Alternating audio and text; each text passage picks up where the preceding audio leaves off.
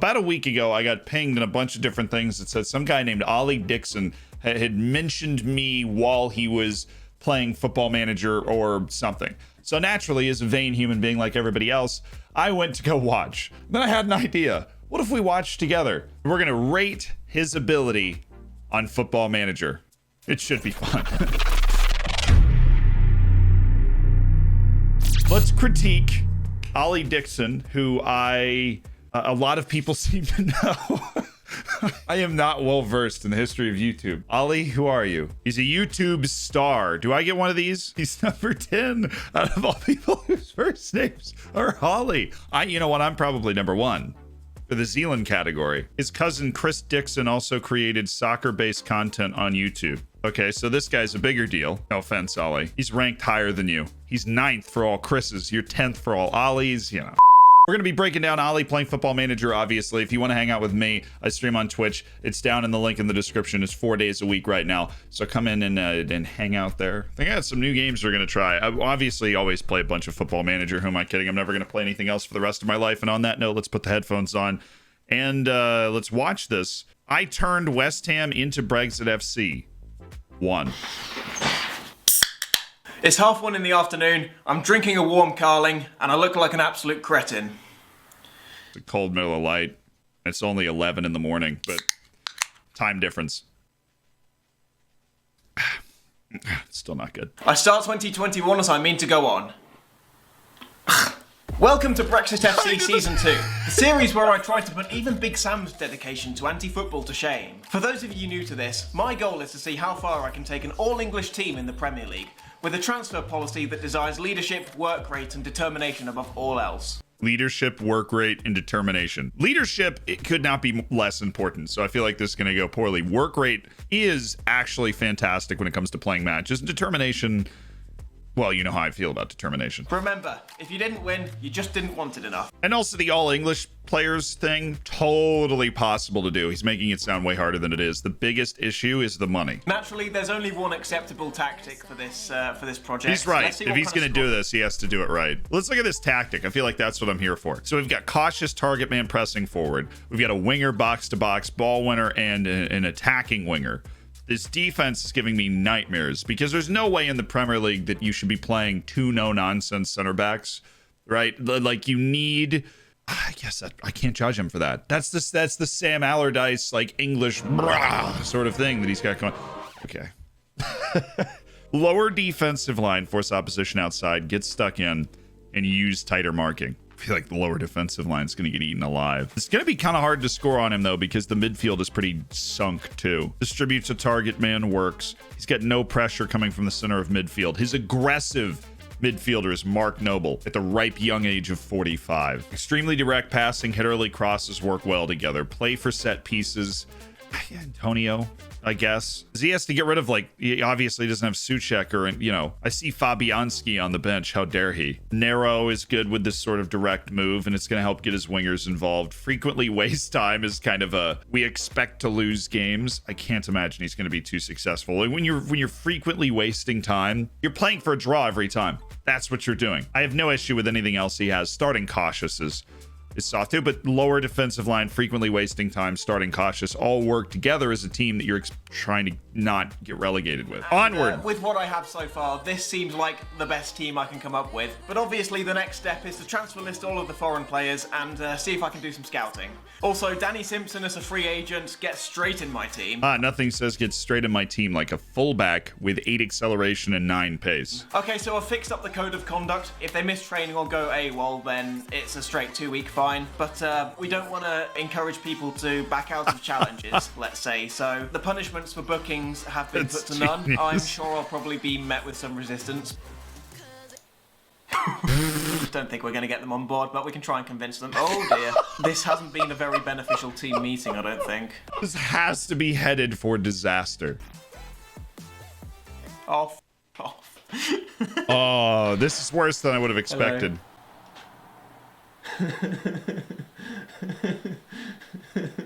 Love me. Do you want Carling?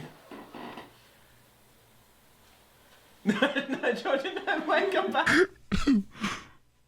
It's It's never been me. Real Madrid make Fabianski offer. Fine, off you go to Real Madrid. Yes. If I tried to sell Lucas Fabianski, the children of the poor and the YMCA, the local YMCA, wouldn't even put in an offer. Real Madrid puts in an offer for Ollie Dixon's Lucas Fabianski. Danny Simpson is joining us. No, James Milner's not interested. He doesn't believe West Ham are big enough for him. You're lost, James. Yes, Gary Cahill's here. Please, please. You... It's just funny. The board are just working against me, I swear. That wasn't even the board! He failed his medical. It means he's hurt, Ollie. Ollie, brain, Ollie, thing. Brain, Ollie. Only triggered now. Need some more carling. At least we got Shawcross. That's Okay. something, surely. Oh, I wanted to Yes! see the negotiating. Phil Jones. $8 That's a million big win for Phil us, Jones. And that should be our centre-back situation sorted. It's not a terrible. What? Look for the injuries, Ollie. So the board have decided to cancel Phil Jones too, because they just don't know anything about football. Wow, Troy Deeney wants a lot of money, but you know what, he's worth it. But I had bids for Jake Livermore and Wayne Rooney accepted, so that's pretty big. I also managed to bring in Ashley Barnes from Burnley. He's honestly 20 million might be a little steep, but he's making some moves, showing some understanding of the dynamics of the game outside of the fact that signing injured people won't be cleared by your medical staff. Signing a bunch of 28 to 32-year-old English dudes isn't going to make your team better. He's just shifting his team out so that it's all English as part of the challenge. If he's actually going to want to win, at some point he needs to try and sign one or two guys that aren't already on Medicare. That's an American joke. Oh my goodness, Albrighton wants ridiculous money. Yeah, no, I mean Albrighton's just being ridiculous. Good. He didn't spend too much money. Danny Rose is joining This us. is a He's solid not the signing. most Brexit player in terms of personality, I don't think, but he's got, you know, good aggression, decent work rate and determination. He's also really cheap, and I kind of just needed the backup on the left side. Seems like the bookies don't... Oh, stop. It's 11.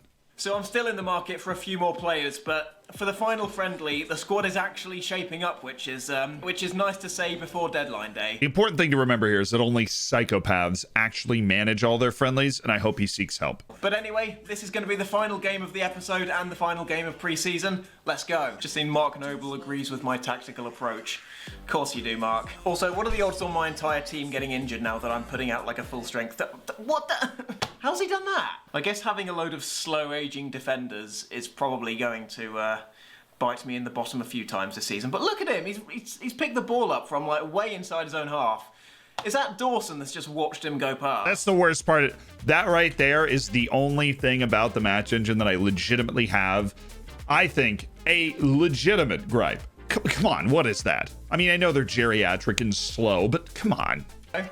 Look at that. Oh, Barnes is in. Yes. Get in. Oh, come on. My defence. Oh, if only we had a Phil Jones or a Gary Cahill in there, right? Karen Brady, who blocked my transfer. Oh, yeah. Oh, no. I'm not going to lie. He needs to change. I mean, he's on attacking and clearly can't sustain this. I was mostly zoned out for that. I just saw him stick it in I mean, there. spacing, the carling is probably starting to hit. Apparently not. Oh, my word. He needs to They're change. just passing it around some fun here. Oh, what? How? Throwing the water bottle is happening. Second half. That was the first half. This is why you switch. You're getting dominated, you switch, so that the game doesn't get completely out of reach. You throw the water bottle and reset for the second half. My boy's too deep in the carlings now. At the end of the day, I just don't think we want to It's because he's enough. unattacking. What happened to Cautious? Wow, he looks better clean cut. Okay, time to watch the second installation of this, which it's only 8 minutes long. Okay, yeah, we can do this. Long story short, I spent about 4.5 hours. Wow, that top is... I should do this, except if you follow my OnlyFans, then I'll shave your name into my chest hair. Here, I'll, check. He won, Newcastle, Crystal Palace, Burnley, Southampton's not exactly the gauntlet, but he did win, and with just one clean sheet, a lot of offense. Interested to see if he stayed on attacking. I kind of signed the wrong Foster. I signed Ben Foster from Watford instead of Fraser Foster from Southampton. He does realize they have different last names, right? Which makes this even harder to mess up. I'm legitimately impressed by this man. Forster, Foster, Forster, Forster, Forster. Something that's quite interesting is you can see the stat comparisons with other teams in the league. Yes!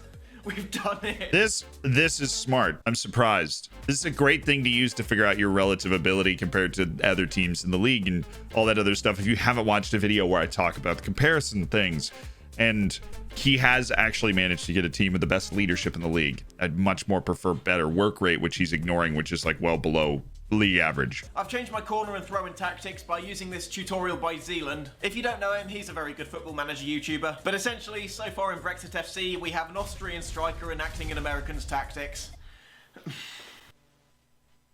Watch it. Oh, come on. Come on, long throws. We're gonna hoof one. Oh, go on. Oh, what a goal. Oh, that was the most beautiful Route 1 nonsense. This is just like real life. Brighton dominated. I mean, actually, the long throw tactic kind of fits exactly what he wants to do with Brexit FC. It's just this big lugs. Route 1 nonsense. Surely another one of these. I have never...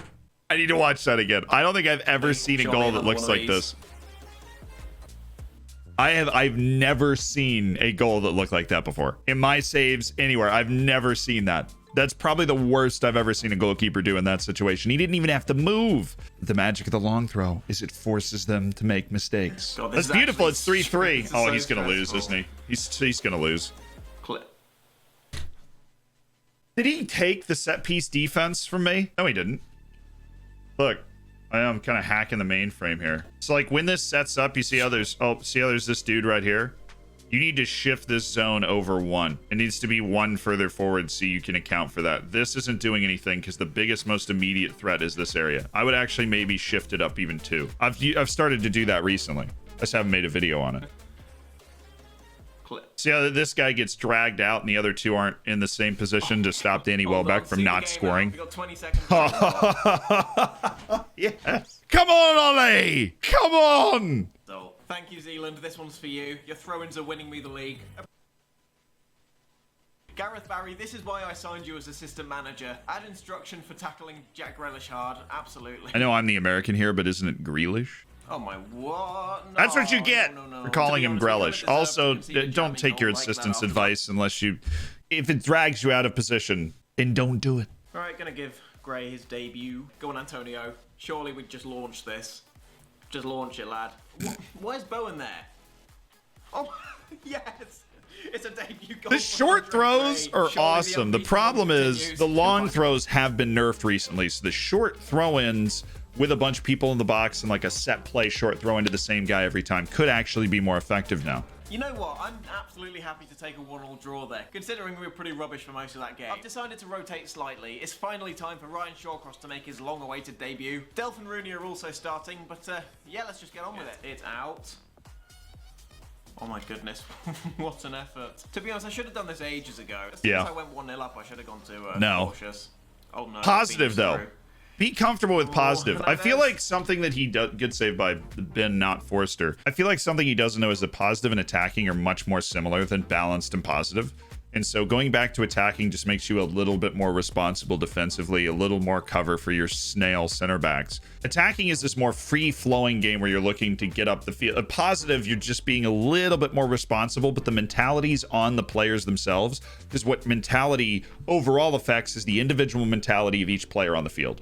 Right. And so the mentalities of the players themselves do not change a bunch. They do not change a bunch when you go back from attacking to positive. They change a ton when you go from positive to balance. They all shift down one. Only a few shift down in certain positions when you go from attacking to positive. You should probably be playing on positive.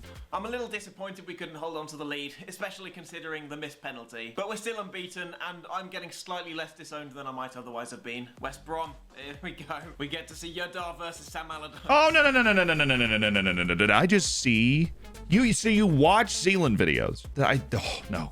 We're not speaking in third person. We are not speaking in third person. So you watch the videos. You should know match review after every match.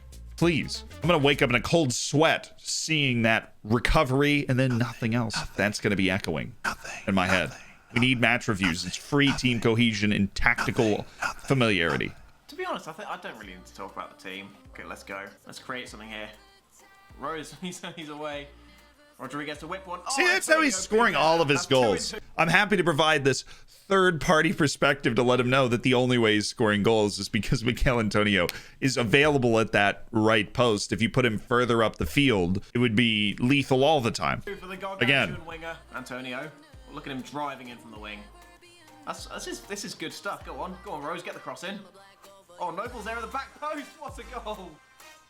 Also, what is the schedule he's played? He has not played a legit team yet. There we go. Big win over West Brom. He's honestly off to a storming start, which lends credence to the fact that the first couple years of my Twitch save with Oriental Dragon, we played a 4-4-2 and extremely direct and like broke goal scoring records and were absolutely storming. He's proving that you can roll out the 4-4-2 extremely direct and win at a higher level. It still works. But anyway, that's going to be the end of episode 2. Well, that's that. So, Ollie, that was 1, very entertaining. 2, you're better at Football Manager than I think you let on. And I would give him a rock solid above average 7 out of 10 in terms of ability to create the tactic, execute in the transfer market to pull off whatever he was trying to pull off. Obviously, he's using some wonderful set piece tactics. I have no idea where he got those from, but they look really good. There are just some connoisseur changes that are out there to be made, but you sign the team that he's signed that has no business starting off really well, and you start off this well, you deserve some cheers. So